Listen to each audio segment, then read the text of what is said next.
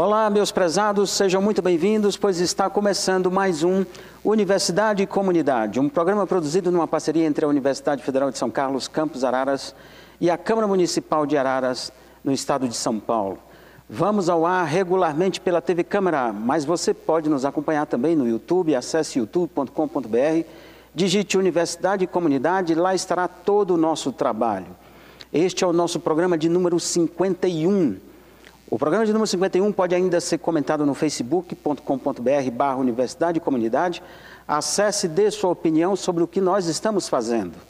Este é um projeto de extensão da Universidade da Câmara, como dito, que tem o propósito de aproximar a universidade da comunidade, e assim começamos. Renata, tudo bem? Quanto tempo? Bem, pois é, de volta ainda. Onde você estava, querida? Estava no Museu de História Natural de Paris. Que beleza, não? Ao contrário do que todo mundo imagina, não estava de férias, eu estava trabalhando num projeto internacional. Que joia, que bom. O que você estava estudando lá?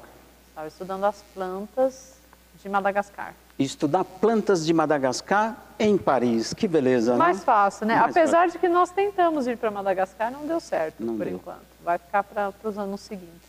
Legal, seja bem-vinda de volta. Obrigada. E hoje nós receberemos para a entrevista da semana a professora Alessandra Penha. Alessandra, tudo bem? Como vai? Joia. Obrigada pelo convite, um prazer estar aqui. Bem-vinda de novo, Renata. Também. Obrigada. Muito obrigado, nós que agradecemos a sua presença. E vamos aos nossos destaques da semana, como fazemos sempre, começamos com a Renata. O professor Josivaldo sempre muito gentil, muito obrigada.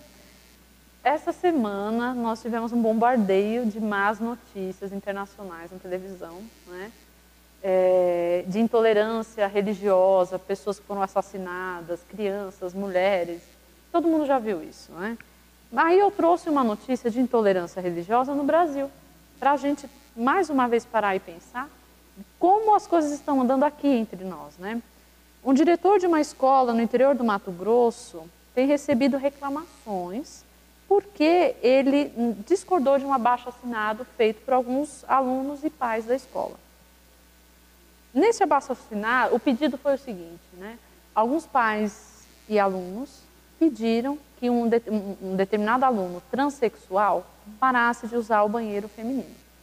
E todas essas pessoas que assinaram essa lista faziam parte de uma mesma religião. Inclusive, um líder religioso da comunidade também assinou esse abaixo-assinado, né? E aí houve a discussão, a Secretaria Estadual da Educação teve que intervir, né? Várias instâncias estaduais intervieram porque o diretor estava correto em não acatar, porque era discriminação contra esta aluna, né? Que se sente mulher e por isso queria usar o banheiro feminino, né?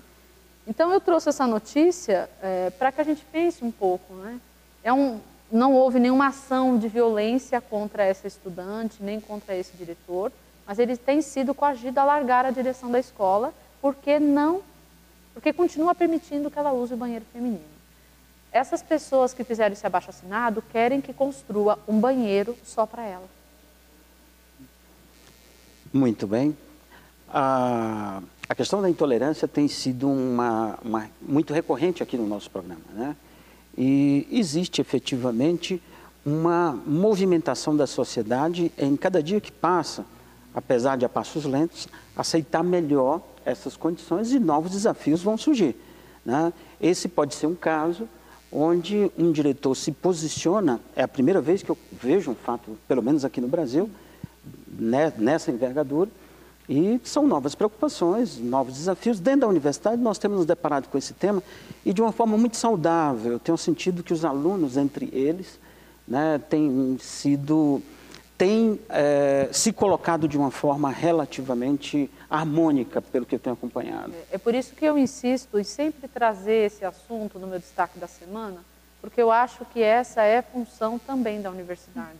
Não a função principal, mas espera-se que a universidade promova essa aceitação da diversidade, claro, de raças, né, de religiões, e que todo mundo tem os seus direitos e devem ser aceitos como são.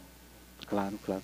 A universidade tem um papel fundamental nesse contexto, claro, de propor novas alternativas na sociedade, né? Propor novos caminhos, novas alternativas não, novos caminhos. Ok?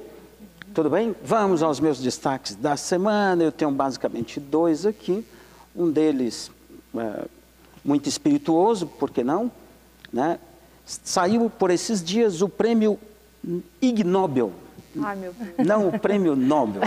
O prêmio Nobel está saindo por esses dias e está saindo também O Ig Nobel. o Ig Nobel 2015, feito na Universidade de Harvard, numa tradução simples, feito pelos anais da pesquisa improvável. O que quer dizer? Qual o objetivo? E um fato marcante é que alguns ganhadores do Nobel participam também, não como pesquisador, mas como convidados, né, do Ig Nobel. E o objetivo é celebrar a imaginação e a criatividade e despertar o interesse público pela ciência, medicina e tecnologia. A intenção não é ridicularizar a ciência, mas ressaltar que aquisições científicas eventualmente podem parecer estranhas e que a melhor ciência pode ser atacada enquanto que a de má qualidade, muitas vezes, em alguns casos, pode ser reverenciada. Alguns exemplos dos laureados, vamos lá. É um ranking, eu sabia. Não, não é não é um ranking. Mas, enfim, são os ganhadores. Sei. Né? Área de Química, para um grupo de australianos que fez uma receita química para descozinhar ovos cozidos. Meu Deus. Não me pergunte como isso funciona, eu não conheço com detalhes. Agora eu fiquei curiosa. Da Medicina, pesquisadores da Eslováquia avaliaram consequências biomédicas dos beijos e de outras interações íntimas. Da Economia, para a Polícia Metropolitana de Bangkok, na Tailândia, por oferecer prêmio a policiais que recusavam subornos. E por aí vai. Você que está em casa, acesse a lista completa do Ig Nobel, procura na internet que você vai encontrar. E por essa semana está sendo dado o Prêmio Nobel, né, para as diversas categorias. Já foi literatura. Ah, então, é porque já foi da física e da química. Hoje foi literatura. Existe uma bolsa de aposta, né? Você comentou comigo? Sim, na Inglaterra, né? É super comum essas casas de aposta. E tá quente a coisa lá, né? Amanhã tem o Nobel da Paz. Vai ser divulgado, né? Mas você sabe o que eu percebi? Os nomes. O de literatura ainda não vi hoje, esses dias, mas os primeiros eu percebi que são grupos de pesquisadores, sendo que cada pesquisador é de um país. Sim. O de física e o de química foram assim. Isso. Então as pessoas pessoas de diferentes países, com diferentes realidades na ciência, estão trabalhando juntos e conseguindo resultados importantes. Né? Isso é muito legal mesmo, né? O nosso programa, você que está nos assistindo à sexta-feira à noite, mas nós gravamos na quinta. Provavelmente o ganhador do Prêmio Nobel da Paz, você que está em casa, nós ainda aqui não sabemos, mas você que está em casa nos assistindo, provavelmente já sabe. E um dos cotados, né, é o Papa Francisco. O Papa, ele está em primeiro lugar, Nath? Na casa de aposta, sim. Ele está disparado em primeiro lugar. Ele tem aparecido bastante, né, tocado em assuntos sensíveis, delicados, né, do ponto de vista de questões mundiais. E mais uma vez indo contra a intolerância, né? Exatamente, né? Que eu acho que é uma dessas questões aí que faz com que ele fique em primeiro lugar, assim, na bolsa de apostas, né? E ele, com todo aquele jeito eufêmico, ele acaba tratando de pontos sensíveis mesmo, né? Falando como português, numa linguagem clara, né? Sobre esses pontos. Eu acho que agora essa visita dele aos Estados Unidos, né, o discurso dele, eu acho que deve ter ajudado bastante as apostas, né, em favor dele terem subido, porque foi realmente histórico, né, o discurso dele. Exato. Tocando em questões que nos afetam diretamente, mudanças climáticas, a questão da imigração, da intolerância. São assuntos que a Igreja Católica vem tratando nas últimas décadas, mas de uma forma modesta. Muito mais superficial. Sim, ele está, né? E meu último destaque da semana, como não poderia deixar de ser, volto-me para as questões econômicas e políticas do país, porque nesta semana nós tivemos um fato inédito na economia brasileira, na política brasileira, onde o Tribunal de Contas da União rejeitou por unanimidade, por 9 votos a 0, as contas do governo de 2014. A última vez que isso tinha acontecido era em 1937, quando as contas do governo Getúlio Vargas foram rejeitadas. É um fato praticamente novo né? Uma situação onde os analistas estão se debruçando sobre essa realidade e, pelo que eu li nessas últimas horas, existem posições muito antagônicas sobre o que vai acontecer doravante.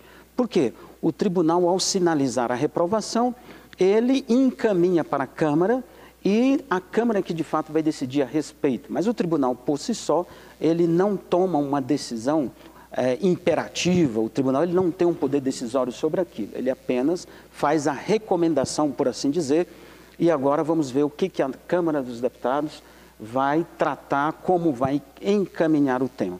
Não é um bom momento que nós vivemos na política nacional para que um assunto tão delicado caia dentro da Câmara, e aí nós vamos agora acompanhar. Efetivamente, isso deve trazer, desenrolar por um longo período. Vai ficar pelo menos 80 dias numa comissão. Não. O presidente da Câmara já sinalizou que deverá ser analisado só no próximo ano. Enfim, enquanto isso, o país patina naquilo que ele mais precisa, que é voltar a crescer, gerar emprego e oportunidade para as pessoas.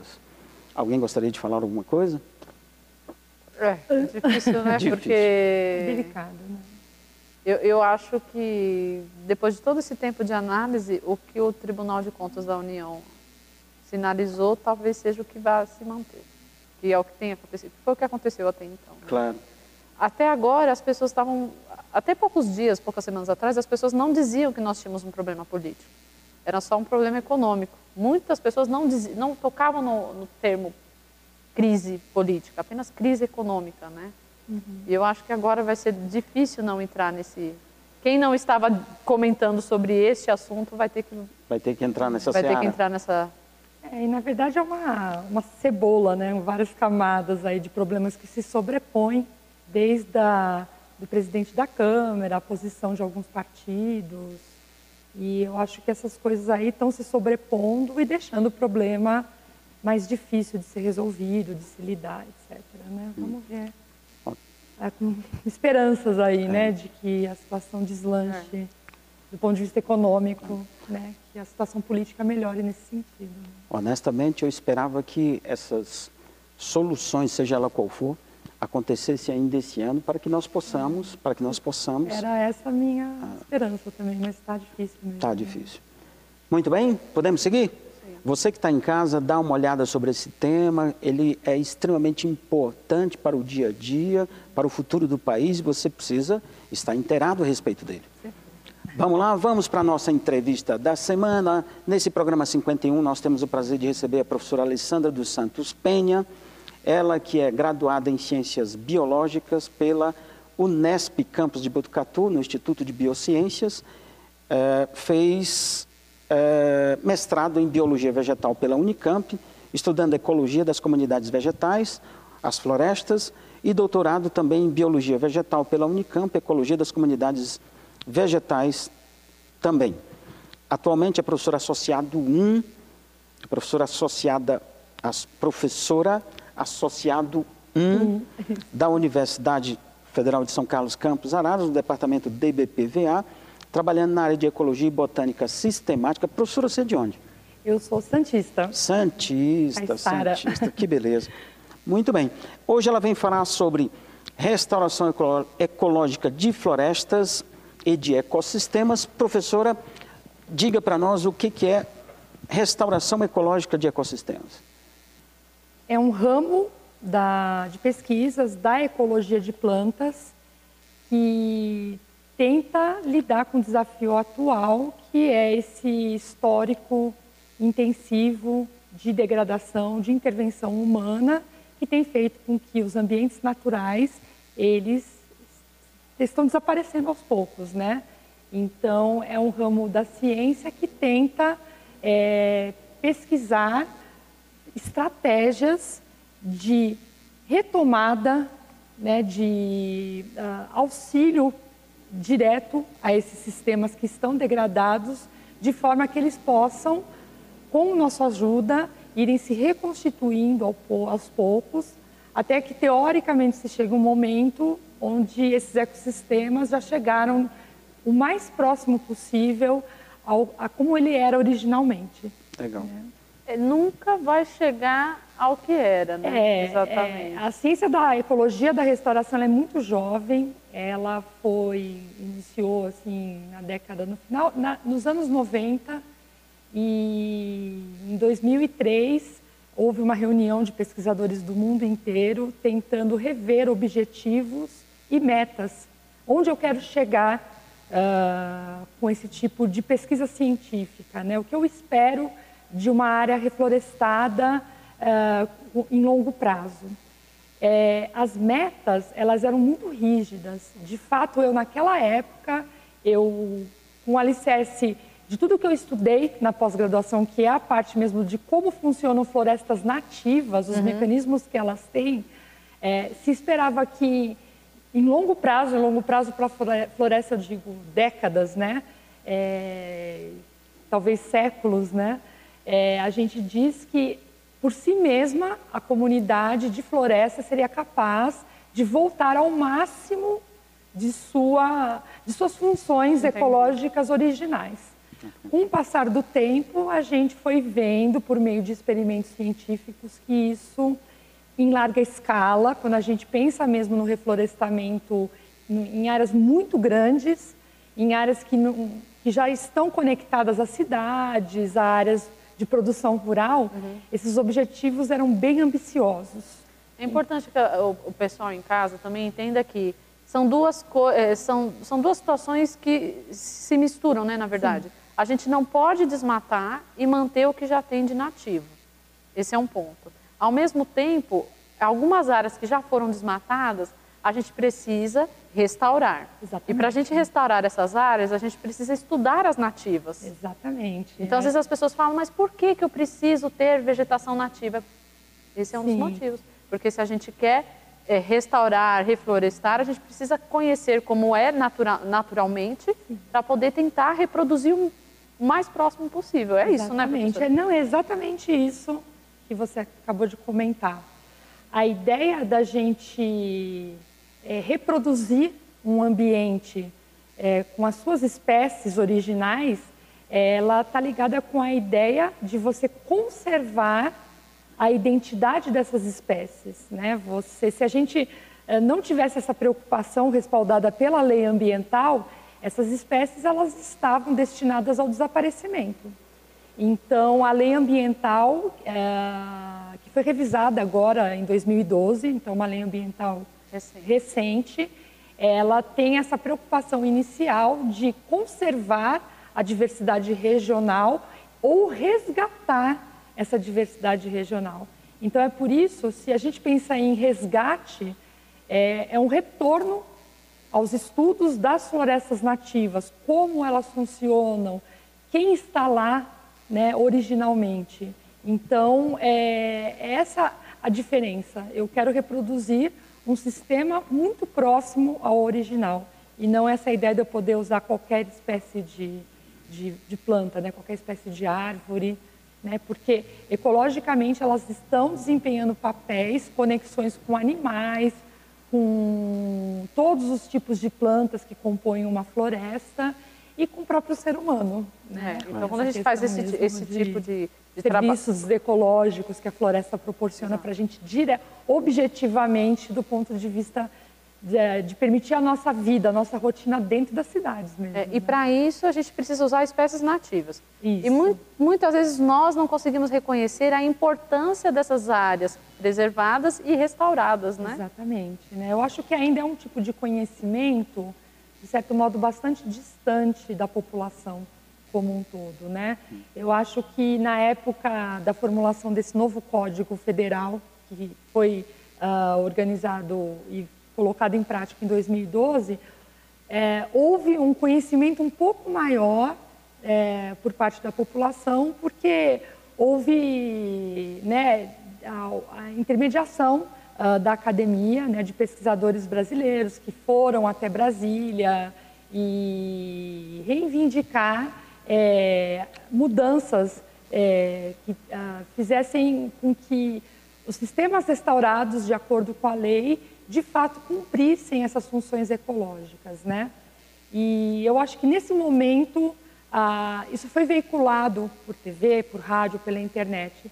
E agora eu acho que a gente voltou de novo a essa entre-safra, né? Essa maré assim, de silêncio. Né? Entendi. A palavra restaurar, né? Que às vezes tem uma simbologia diferente, né? Uma interpretação diferente para muita gente. Se eu for restaurar uma determinada área, eu estou numa propriedade rural, tem lá 20 hectares a serem restaurados. Como é que eu faço isso? Quais são as formas que eu posso utilizar para? A lei, ela oferece, ela é uma lei bastante extensa, ela vai oferecer uma série de instruções. Então, eu, como proprietária de uma área de produção agrícola, existem locais dentro da minha área onde eu sou obrigada a manter a vegetação natural. Se ela está lá, eu não posso retirar, ou se já foi retirada, eu tenho que, de novo, plantar uma vegetação, né, recompor essa vegetação. Essas áreas a gente chama de áreas de preservação permanente. São áreas onde a gente tem cursos de rio, próximas a cursos de rio, e a faixa de vegetação que deve percorrer, estar ao lado desse rio, vai depender do tamanho do rio, né, da largura do rio. A gente também é obrigado a manter permanentemente uma vegetação próxima às nascentes de rios, em topo de montanha, e lagos, represas. Então, a ideia principal de você ser obrigado a manter a vegetação nesses cursos de águas é por conta da preservação dos recursos hídricos. Então, são justamente esses rios, essas nascentes que estão abastecendo as nossas casas. Sim. Nesses locais é obrigatório a gente ter a vegetação, manter a vegetação. Além das áreas de preservação permanente, dependendo do tamanho da propriedade rural, e a gente fala, o termo técnico que a lei fala é o tamanho do módulo rural. Esse tamanho de área vai variar de região para região, não só no Brasil, mas também dentro do estado de São Paulo. Isso tem muito a